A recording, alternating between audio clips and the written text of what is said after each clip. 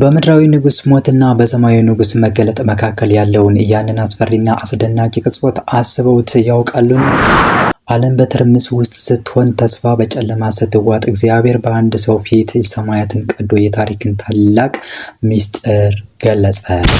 ከ81 የቅዱሳት መጽሐፍት ሰንሰለት መካከል ኢሳይያስን ለምን ልዩ ሆነ? ለምንስ የብሉይ ኪዳን ወንጌላዊ ተባለ? ጌታችን ኢየሱስ ክርስቶስ ከሌሎች ነቢያት ይልቅ የእሱን ቃል ደጋግሞ የጠቀሰው ለምንድን ነው? ዛሬ መጽሐፍ ቅዱስን የምታነቡበትን መንገድ ለዘላለም የሚቀይር ድንቅ ሚስጥር ታገኛላችሁ። ይህ ታሪክ ብቻ አይደለም፣ ለዚህ ትውልድ የተጠበቀ ሚስጥራዊ ኮድ እንጂ። ከ700 ዓመታት በፊት ድንግል መጸነሷን፣ መስቀል ሳይፈጠር የአምላክን ስቅለት በሚያስደነግጥ ትክክለኛነት የሳለውን ያንን ሰማያዊ ራእይ አብረን እንቃኛለን። እስከ ቪዲዮአችን መጨረሻ ድረስ አብራችሁን ቆዩ። በእግዚአብሔር ስም ሰላም እላችኋለሁ። ውድ ክቡራንና ክቡራት የኦርቶዶክስ ተዋሕዶ ዩቲዩብ ቻናል ቤተሰቦች እንኳን በሰላም መጣችሁ እያልኩኝ ዛሬም እንደተለመደው ከመጽሐፍ ቅዱሳችን አንዱ የሆነውን የኢሳይያስ መጽሐፍን ይዤ መጥቻለሁ። ቪዲዮአችን ላይክ በማድረግ ሀሳብ አስተያየት ካላችሁ ኮሜንት ሴክሽን ላይ በመጻፍ ሳብስክራይብ ያላደረጋችሁ ቤተሰቦች ሳብስክራይብ በማድረግ ቤተሰብ እንሁን። አሁን ወደ ቪዲዮአችን እንግባ። ኑ ተከተሉኝ። በ81 መጽሐፍት ውስጥ አንዱ ቅዱስ የኢሳይያስ መጽሐፍ ያለ ትልቅና ሚስጥራዊ እንደ ወርቅም የተነጠረ ቃል ማግኘት እጅግ ብርቅ ነው። ዛሬ የምንመለከተው ታሪክ የአንድ ነቢይ ሕይወት ብቻ አይደለም፣ የሁላችንንም የድነት ጉዞ እንጂ። ከሰባቱ ሰማያት በላይ ያለውን ግርማ፣ በቅዱሳን መላእክት ዘንድ የሚዘመረውን ምስጋና እና በዚያ ግርማ መካከል ያቆመው እነሆኝ እኔን የላከኝ ያለውን ነቢይ ልብ የሚነካ ጥሪ በዝርዝር እናያለን። ልባችሁን አእምሯችሁን ክፍት አድርጉት፣ ምክንያቱም አሁን የምንሰማው ቃል በኢሳይያስ ከንፈር ላይ እንደተቀመጠው ፍም የእኛንም የዛለ ማንነት የሚያነቃቃ ሰማያዊ ኃይል ነው። በዚያ ዘመን ቅድስት ከተማ ኢየሩሳሌም በጨለማ ጥላ ተውጣ ነበር። ለ52 ረጅም ዓመታት በሰላምና በብልጽግና ያስተዳደረው የንጉሥ ዖዝያን መሞት በመላው የይሁዳ ሕዝብ ላይ ጥልቅ የፍርሃትና ያለመተማመን ማዕበል አምጥቶ ነበር። በየመንገዱ ሽብር እንደ ጎርፍ ይፈስ ነበር። ጸጥ ያለ ቢሆንም በእያንዳንዱ ሰው ዓይን ውስጥ የሚታይ የንጉሥ ሞት የጨለማ ዘመንን የሚያበስር መሰለ።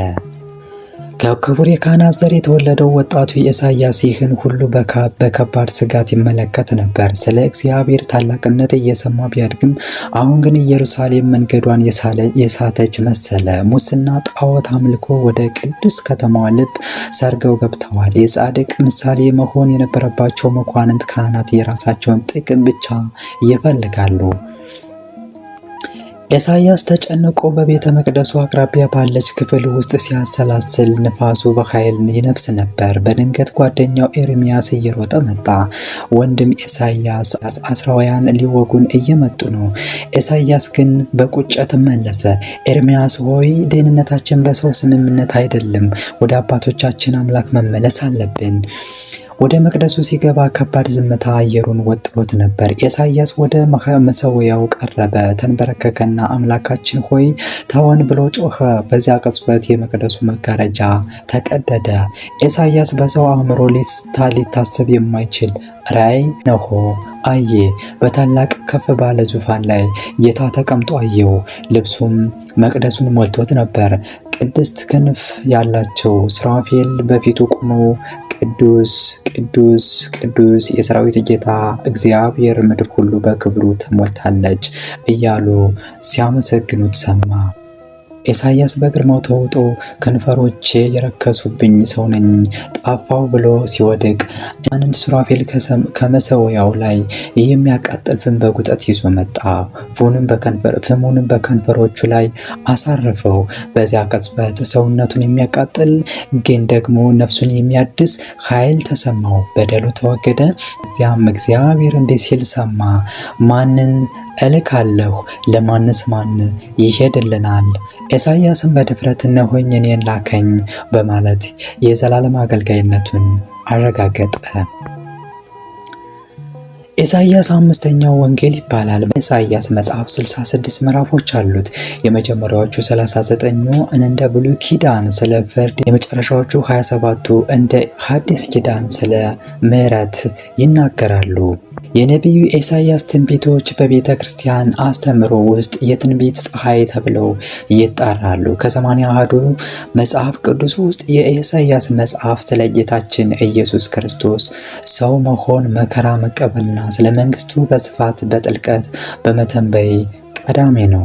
ቢያንስ ከነዚህ መካከል ሶስቱን ታላላቅ ትንቢቶች በዝርዝር እናያለን። የድንግል መጸነስና የአማኑኤል መገለጥ ኢሳይያስ ምዕራፍ 7 ቁጥር 14። ይህ ትንቢት የሰው ልጅ ከእግዚአብሔር ጋር የታረቀበትን ታላቅ ምስጢር የያዘ ነው።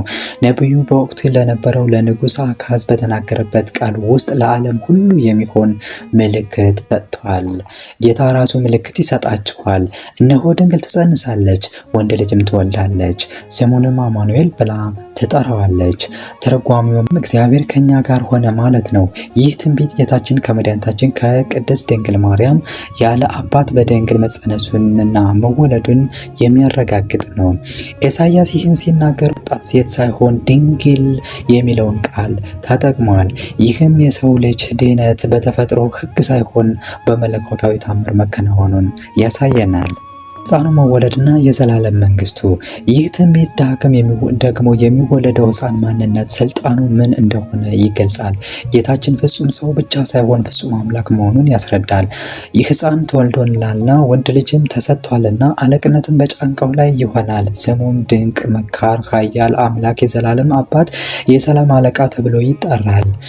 ተረጓሚውም ለሰው ልጅ የማይቻለውን ድህነት የመከረና የፈጸመ በስጋ የተገለጠ ሕፃን ራሱ ፈጣሪ መሆኑን ያሳየናል። በሰውና በእግዚአብሔር መካከል የነበረውን የጥልቅ ግድግዳ ያፈረሰ ማለት ነው። ሶስተኛው የኢሳይያስ ትንቢት በምዕራፍ 53 ላይ የሚገኘው የመከራውና የቤዛነቱን ምስጢር በሰፊ የሚገልጽልን ነው።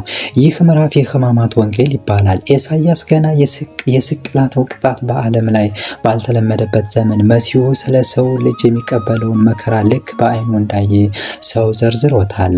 እሱ ግን ስለ መተላለፋችን ቆሰለ፣ ስለ በደላችንም ደቀቀ። የደህንነታችን ተግሳጽ በእሱ ላይ ነበረ፣ በእሱም ቁስል እኛ ተፈወስነ። ኢሳይያስ ምዕራፍ 53 ቁጥር 5 ላይ። ትርጉሙም ጌታችን በመስቀል ላይ የከፈለው መስዋዕትነት ቤዛነት እንደሆነ ይገልጻል።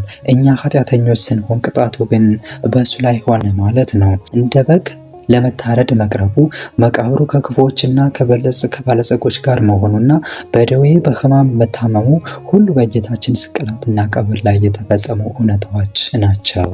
የተወደዳችሁ የእግዚአብሔር ቤተሰቦች የነቢዩ ኢሳይያስ ራእይ ዛሬም በልባችን ውስጥ ሊበራ ይገባል። ዓለም በግርግር በምትናወጥበት በዚህ ዘመን ኢሳይያስ የሚያሳየን ወደ ዙፋኑ ነው። በንጉሥ ኡዛን ሞት ጊዜ ምድራዊው ተስፋ ሲጨልም፣ ሰማያዊ ንጉሥ እግዚአብሔር ግን አሁንም በዙፋኑ ላይ እንዳለና ምድር በክብሩ እንደተሞላች አረጋግጦልናል። ይህ መልእክት መንፈሳዊ ጥንካሬ ከሰጣችሁ እነሆ እኔን ላከኝ በማለት በኮሜንት መስጫው ላይ ጻፉልን።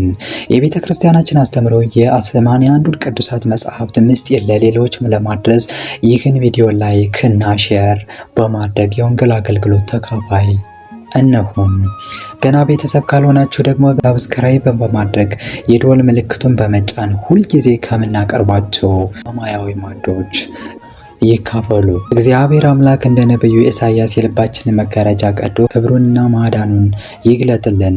በቁስሉ የተፈወስነ በደሙ የታጠብነ ያደርገን። በቀጣይ ቪዲዮአችን ስለ ትንቢተ ዳንኤልና ስለ መጨረሻው ዘመን ምስጢራት በሰፊው እንመለከታለን። እስከዚያው ድረስ የቅዱሳን አምላክ ከሁላችን ጋር ይሁን። ሰላም ለሁላችን፣ አሜን።